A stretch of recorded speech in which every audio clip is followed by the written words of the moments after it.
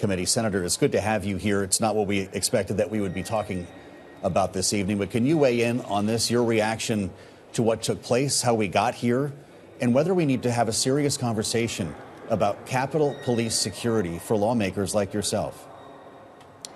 Well, let me begin just by offering my condolences, my thoughts, my prayers to Charlie's family, to his spouse, and to their children.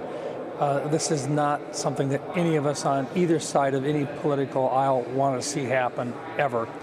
And so this is simply very, very unfortunate, and we offer our thoughts and our prayers.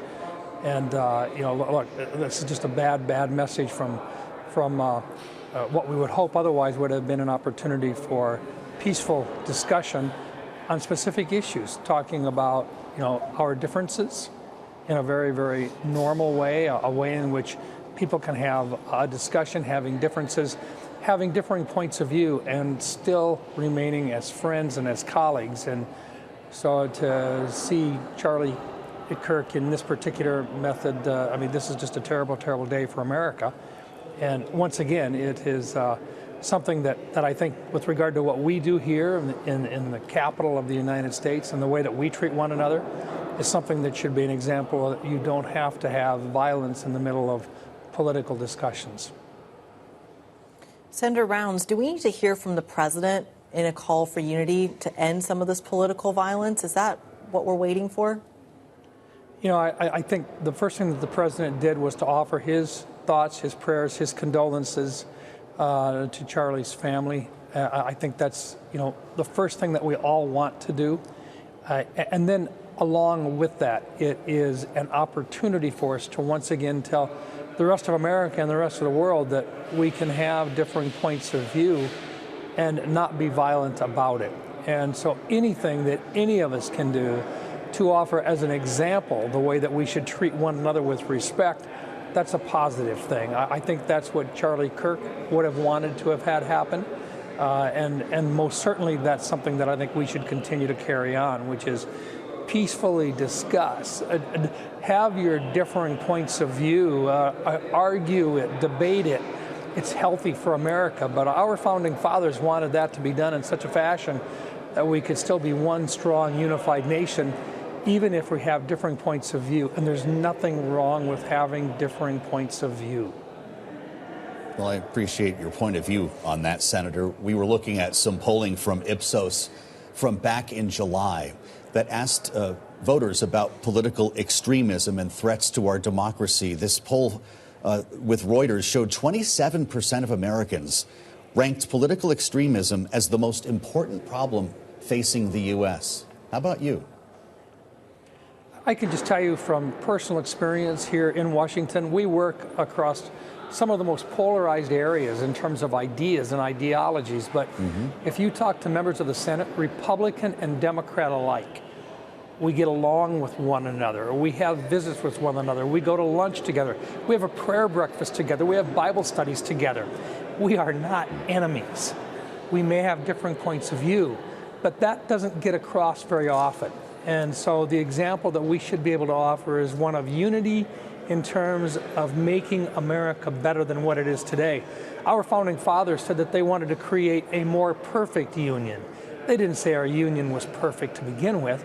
They wanted it more perfect. Well, that's what we should be focused on here. And sometimes in the middle of our strong emotions here, we forget to finish with that particular part of the message, which is regardless of our points of view, we're Americans first. And we treat each other with respect and with dignity. And here in the Capitol, in the offices that we have, I can tell you personally, and that behind closed doors, Republicans and Democrats alike get along. We respect one another. We consider each other as colleagues and friends. And we would hope that across America, whether it's a coffee clutch or whether it's a political meeting, a city council meeting, or a state legislative body, that we remember that we are all Americans and that we have a whole lot more in common than we'll ever disagree on. Senator Rounds, I want to return to a subject that we were planning on discussing with you ahead of today's tragedy. And that, of course, is what's going on when it comes to Eastern Europe, especially in Poland, with Russian drones being shot down by NATO forces. Senator Rounds, in your perspective, is Vladimir Putin opening up another front of the war in Ukraine?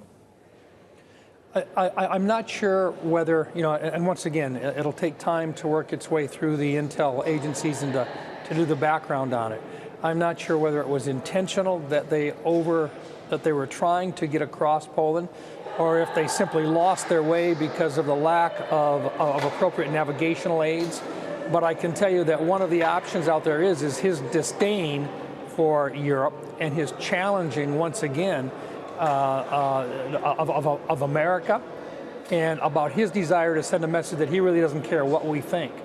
And that's scary, because when you have someone who wants to recreate the former Soviet Union, if he thinks that we're not going to impose economic damages on Russia, then he's got another thing coming, because we're getting closer and closer to the point where we can really disrupt his economy with additional sanctions, secondarily put in place on places like India, who we want to be our friend and ally, and China, who is clearly our adversary today. And the fact that he would challenge or intentionally push the issues with our NATO allies, that's very disconcerting to us, and it's something that we've got to be very much aware as a possibility. Well, I'm sure you're talking about secondary sanctions and other measures with all of your colleagues on the Armed Services Committee, Senator. How far does Vladimir Putin need to push that line to trigger these sanctions? We've been talking about it for months.